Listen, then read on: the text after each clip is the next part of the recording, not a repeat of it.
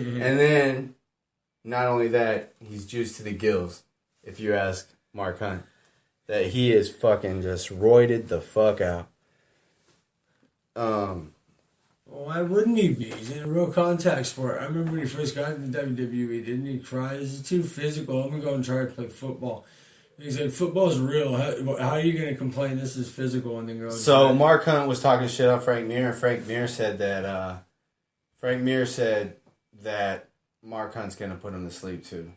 Yeah. That's funny. He also said that the reason is because Brock Lesnar doesn't like getting hit. Like kind of what you just said. Yeah. Brock Lesnar doesn't like getting hit, so he's gonna be getting pitter pattered to death by fucking the Super Samoan, just beating the shit out of him. He's not gonna like it. Nope. But he is gonna get the fucking shit knocked. He's gonna get his shit knocked out. Chris Weidman just underwent successful neck surgery, and he's hoping to be back by UFC 205 in New York City. New York City. More than most likely, Madison Square Garden.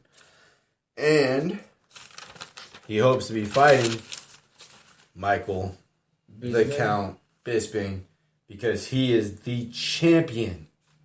The champion. The fucking champion. Oh my God. I can't even fathom that. Yeah. It's just so, it hasn't sunk in yet. By the way, bro, I should have took your ass to Vegas, and I'm going to tell you why right now. UFC 199 shit picks results.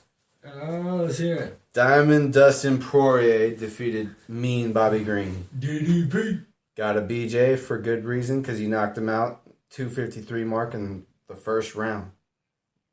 KO. Dan Henderson defeated Hector Lombard. He got a BJ as well. Via knockout at 127 mark of round 2.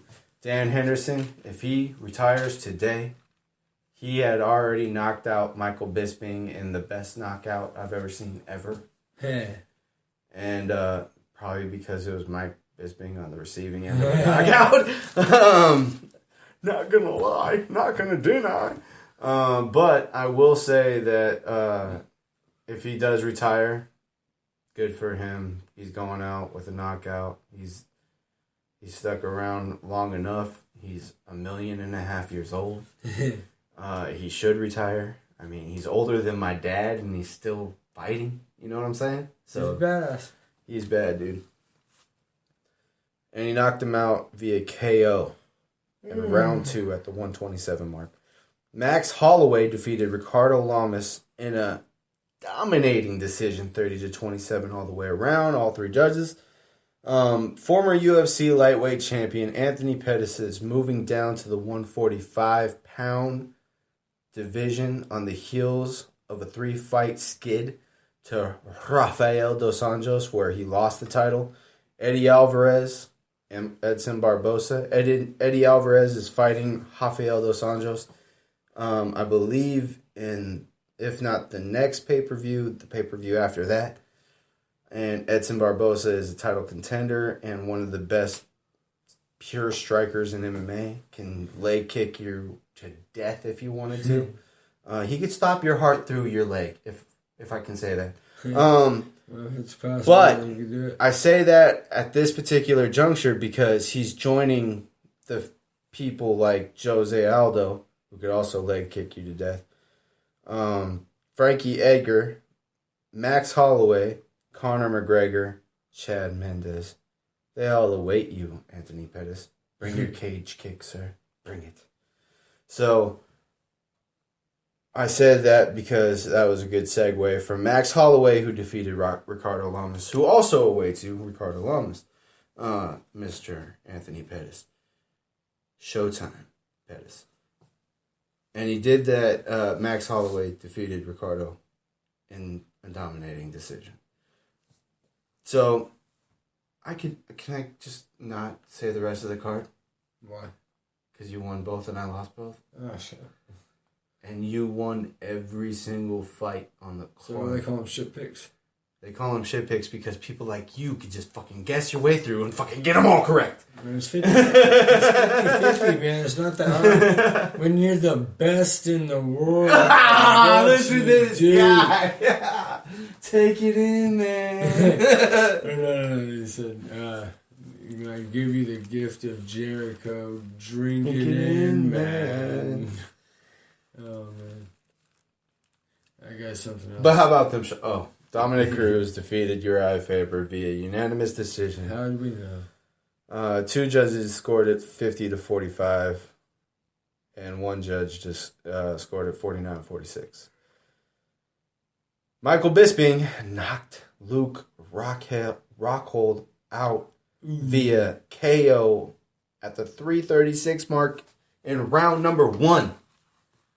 Knocked him clean out. Clean the fuck out. And I just was in shock and awe. If they did it 10 times out of 10, 9 times out of 10, fucking Rockhold wins. That one pesky time, that 10% chance, happened that night. Wow. Clipped him. Cocky ass Luke Rockhold. Kind of like football any given Sunday. And Michael Bisping was talking shit afterwards. He was stoked. Called him a fag and stuff. Like on live TV, I'm like, don't say the F word, bruh. Man.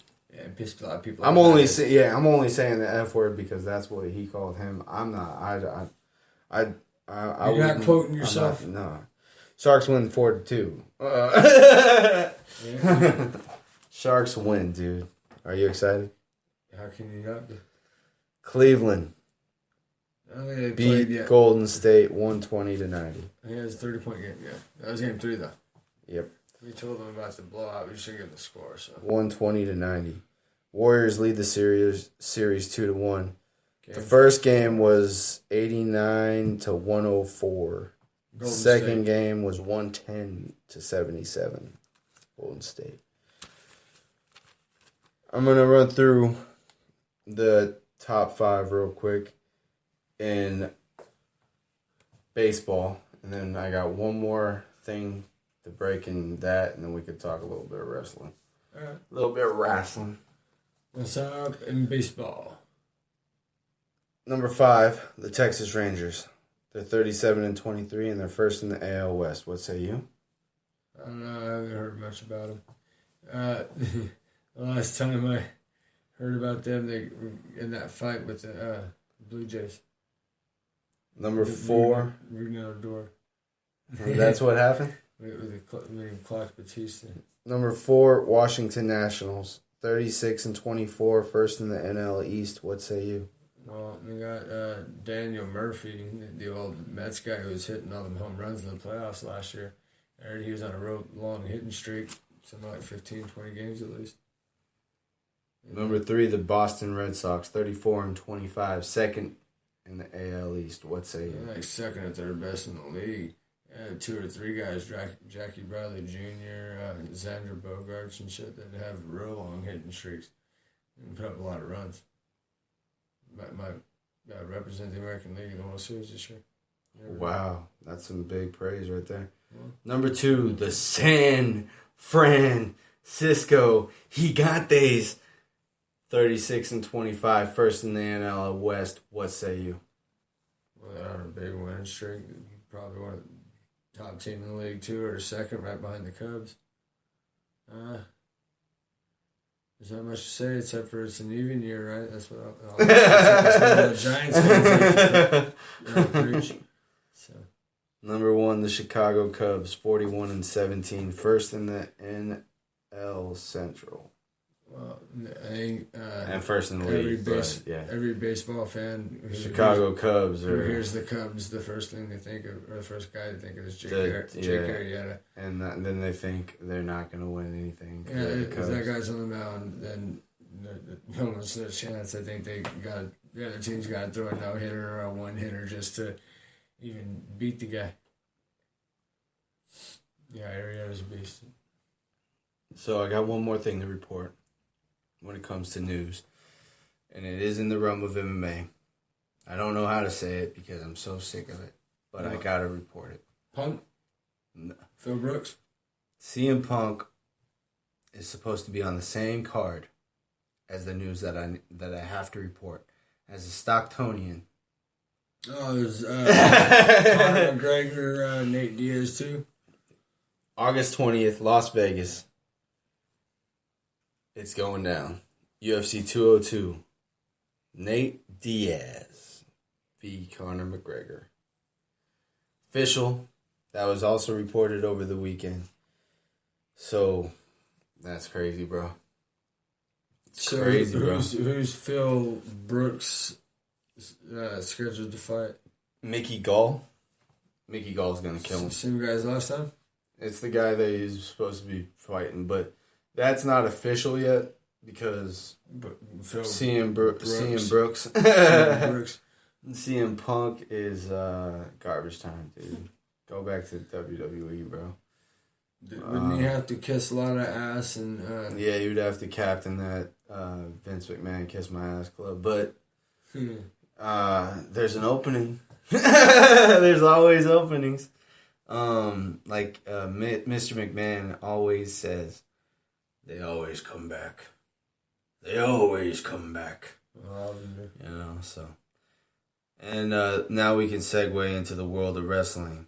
So, we got to make it a little quick. We are running out of time, as usual. But let's make it quick. We could talk a little bit. What happened in Lucha Underground?